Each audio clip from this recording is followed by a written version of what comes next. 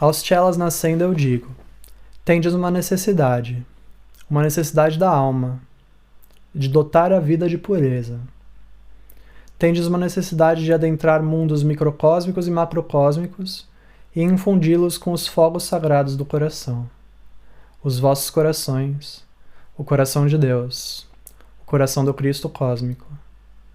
Não sejais um canal para os manipuladores psíquicos, mas sede o puro rio da água da vida, claro como cristal, que procede do trono de Deus e do Cordeiro. Sede aquilo que desejais, mas o que quer que escolhais ser, observai que tenhastes exercitado o livre-arbítrio, vosso livre-arbítrio, sem interferência dos caídos e do culto do mentiroso, posto em marcha como um desafio direto à mãe e à cultura da mãe. Então aqui volta aquele entendimento que foi dado na aula passada, né? Será que estamos sendo realmente livres no exercício do nosso livre-arbítrio, né? Ou será que estamos sendo manipulados pelos caídos, né?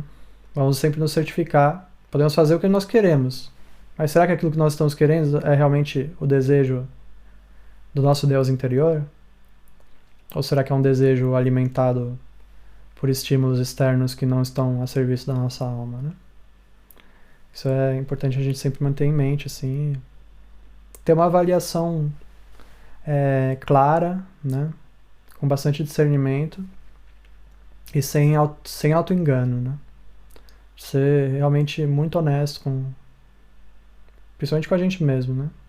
Para nos perguntar, isso aqui está servindo à minha evolução?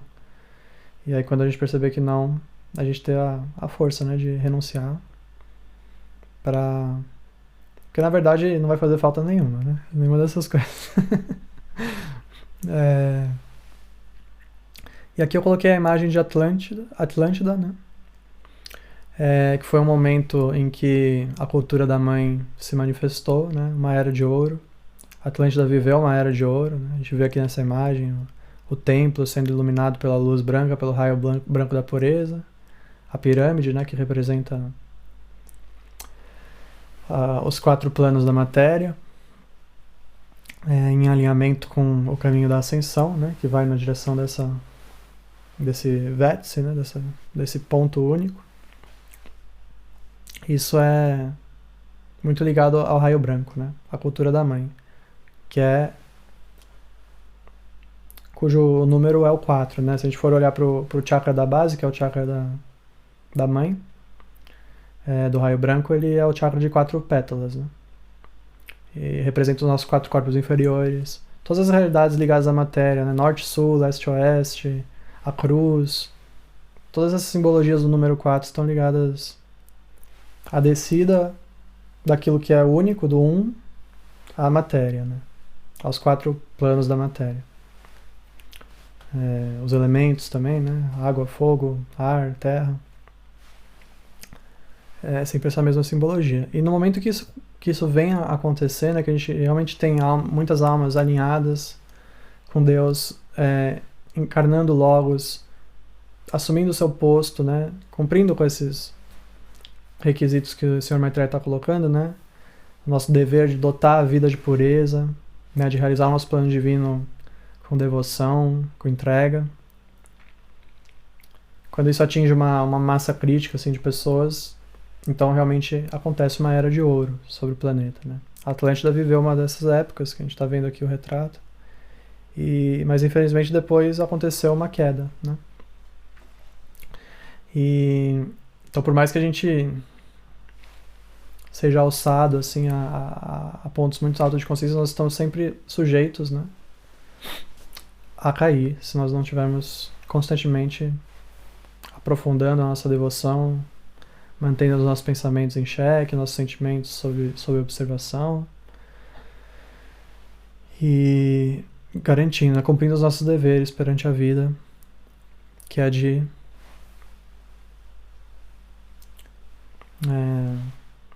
espalhar essa energia de pureza, né, sobre os planos da matéria, realizando o nosso propósito divino. E aí o que o Sr. Maitreya coloca aqui é a necessidade de nós realmente nos perguntarmos, né? Eu estou realmente sendo livre no exercício do meu livre-arbítrio? Ou será que eu estou sendo manipulado, né? Foi por meio dessa manipulação que a Atlântida caiu, por exemplo, né? Infiltrações dos caídos e a humanidade começou a entrar nesses cultos da morte, né? Inclusive com sacrifícios, né? Coisas assim, sacrifícios animais e até mesmo sacrifícios humanos. E foi uma coisa que persistiu, né? Se a gente for olhar assim na história bíblica, né? Na cultura dos filhos de Israel, na época de Moisés e tal, tinha essa coisa do sacrifício animal, né? E isso aí começou com infiltrações dos caídos lá na Atlântida. São coisas totalmente contrárias, assim, à cultura da mãe, né? A cultura da mãe divina é a harmonia entre todos os seres vivos, né? A cooperação dos elementais com os seres humanos. Enfim, não vou entrar muito fundo nisso que estamos pegando um pequeno desvio, né? Vamos retornar. Agora, por meio da iniciação, cultivai a luz. Cultivai a chama do coração para que possais iniciar uma nova era de consciência divina, da vida se tornando vida, não morte. Devemos resgatar as almas, mas devemos também resgatar a luz da Mãe, que está sendo profanada no mau uso do fogo sagrado. Sede um iniciador. Introduzi a senda da iniciação para as almas evoluindo na Terra. Então, o que são as profanações do fogo sagrado, profanação da luz da Mãe, a qual o Sr. Maitreya está se referindo aqui? Bom, são inúmeros, né? Não vou citar todos, mas algumas coisas que são muito presentes hoje em dia. A cultura do aborto, né? É algo assim que é uma das maiores profanações do fogo sagrado, né? Profanação da cultura da mãe, cujo propósito seria gerir nova vida, né? E o mau uso da sexualidade, né, em meros prazeres carnais. O que os mestres ensinam é que a sexualidade ela deve ser utilizada para concepção, né? Esse é o propósito da sexualidade dentro do casamento, né? A velha lei de séculos e séculos permanece verdadeira como sempre foi, né? Temos também esses mau usos da mídia, da cultura de massas, né, dos filmes, propondo esses estímulos, né, sexuais, todas essas coisas que desviam os filhos e filhas de Deus da busca da devoção e da pureza. Temos o mau uso da música, né, principalmente o que é mais citado pelos mestres é o jazz e o rock, né, mas também os derivados, né, como por exemplo o blues. O que os mestres ensinam é que o jazz, por exemplo, ele surgiu no sul dos Estados Unidos, né? Trazido pelos escravos americanos que vieram da África. E há muito, muito tempo atrás, na época que tinha os magos negros no Egito, né? Há muito, muito tempo atrás mesmo, desde a Atlântida, assim, é uma coisa muito antiga, foram infiltrados alguns tipos de ritmo, cujo objetivo, por parte dos caídos, era realmente criar uma espiral descendente nos chakras dos filhos e filhas de Deus, que faz a luz descer para os chakras inferiores. E quando a luz fica acumulada nos chakras inferiores, ela pede uma vazão, né? Então essa vazão geralmente acontece por meio da sexualidade, né? Então você vê esses tipos de música, né? Jazz, rock, muitas vezes acontece na noite, enquanto acontece bebida e num ambiente onde a sexualidade é muito estimulada e acontece esse vazamento de energia, né, assim, muitas vezes, né? E aí esses ritmos vieram, né, começaram a ser utilizados, né, lá no continente africano e por muito tempo, por muitos séculos, até um ponto que aquilo era visto como, não, mas é a cultura dos nossos antepassados, né? Eles achavam que tinham que preservar aquilo, né? E até hoje ainda permanece essa ideia, né, de que não, a gente vai perder nossa identidade, vai perder nossa cultura, mas essa cultura, essa parte pelo menos, né, dos ritmos, que no caso do jazz veio do voodoo, né, que era práticas de magia negra, assim, que utilizavam esses ritmos, né. Isso aparece também no Brasil, né, na Umbanda, no Candomblé, tem muito, muito disso, né? E nos Estados Unidos isso foi se desenvolvendo pro blues e pro jazz, que foi uma música que ganhou, assim, saiu dos territórios de de magia, né, de ritualística, assim, por mais que fosse uma ritualística de magos negros, assim, né, mas saiu daqueles universos mais restritos, assim, e ganhou a cultura de massa, né, por meio do jazz, do blues, no Brasil por meio do samba, do... desses ritmos, né, assim, até mesmo nos ritmos nordestinos também tem um pouco disso, né. O samba talvez seja o mais forte, assim, né, nesse sentido.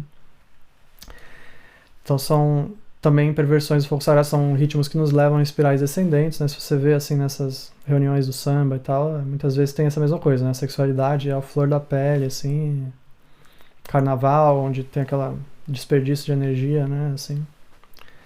E bom, que mais? Tem mais alguma coisa que eu talvez esteja esquecendo? Na política isso é muito presente, o culto do comunismo, né? Essas doutrinas que excluem Deus da equação, né? Colocam assim o ser humano como centro do universo, né? Tudo isso tem raiz lá no iluminismo, nas filosofias que foram tirando Deus da equação e colocando a razão humana no centro do universo, né? Assim, não, esse negócio de Deus aí é superstição, é coisa da idade das trevas, agora nós estamos vindo com o iluminismo, né? Assim, agora nós sabemos a verdade, agora nós não temos mais essa superstição, esse negócio aí de ficar acreditando em Deus, né? Isso aí é a filosofia de Lúcifer, né? Inclusive Lúcifer, a palavra significa o iluminado, né? Que ele foi um dia um anjo, né? Do raio dourado, né? Do raio da iluminação. Mas ele caiu, né? E por meio do orgulho. E aí é esse orgulho luciférico que fica sendo alimentado nessas filosofias, né? Que são filosofias 100% materialistas, sem nenhum tipo de visão espiritual, e elas tentam reduzir tudo que existe ao plano material, né? E aí, por meio dessas racionalizações, criam uma filosofia que só gera destruição, né? Assim, a gente pode ver todas as tentativas de regime comunista ou socialista foram todas assim, um desastre, né? Com muitas mortes, com miséria e alguns poucos tiranos se aproveitando do povo, né? Tudo isso colocado numa roupagem assim que fala, não, mas é para o bem-estar social, porque no momento seguinte vai vir um momento de paz, de estabilidade. Quer dizer, eles utilizam mais ou menos essa imagem aqui da cultura da mãe, né? Por quê? Porque nossas almas têm o registro dessa imagem, da imagem de um lugar onde os filhos e filhas de Deus operam em harmonia, né, onde não existe tanta necessidade de uns governando sobre outros, embora a hierarquia não seja totalmente excluída, né,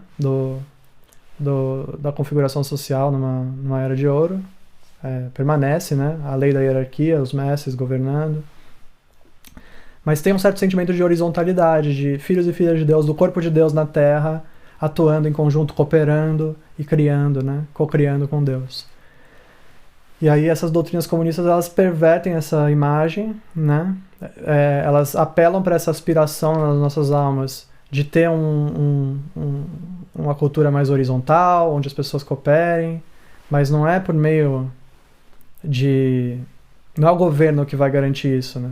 Não é um Estado centralizado. Eles querem tirar Deus e colocar o Estado no lugar de Deus, né? Como se o Estado fosse ser o responsável por manter a ordem,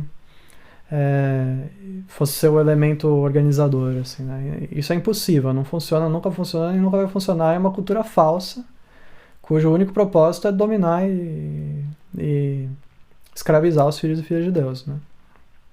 Então, o único jeito que isso pode acontecer mesmo é com Deus no comando, né? É com a cultura de filhos e filhas de Deus alinhados, né? Por meio do caminho da iniciação a gente conquista a realização do Cristo em nós, e ao sermos o Cristo em manifestação, naturalmente acontece uma sintonia das energias, um vai ter um talento, o outro vai ter outro, e esses talentos vão se encaixar como um lindo, perfeito quebra-cabeça. Quer dizer, a arquitetura perfeita dessa pirâmide da vida, que ainda assim tem um ponto, né, o ponto do que predomina sobre tudo aquilo que está inferior, né? Quer dizer, a lei da hierarquia não é desfeita, né? Isso é muito importante de perceber. Então, esses foram alguns exemplos aí perversão da cultura da mãe. Bom que sabendo assim o que é a perversão, fica mais fácil também de visualizar o que é a postura correta, né? Porque todas essas perversões, elas tentam, como esse exemplo que eu dei, né, em relação ao comunismo, elas apelam para algo que é verdadeiro na nossa alma, né? Por exemplo, nesse caso, apela para essa sensação, né, de querer mais justiça, querer mais horizontalidade, mais cooperação. Todos nós temos um pouco essa sensação, essa vontade na alma, né? Mas eles pervertem essa vontade, pervertem esse desejo, manipulam esse desejo para instituir uma cultura tirana, né, que escraviza os filhos e filhas de Deus. Então, seja aquilo que desejais.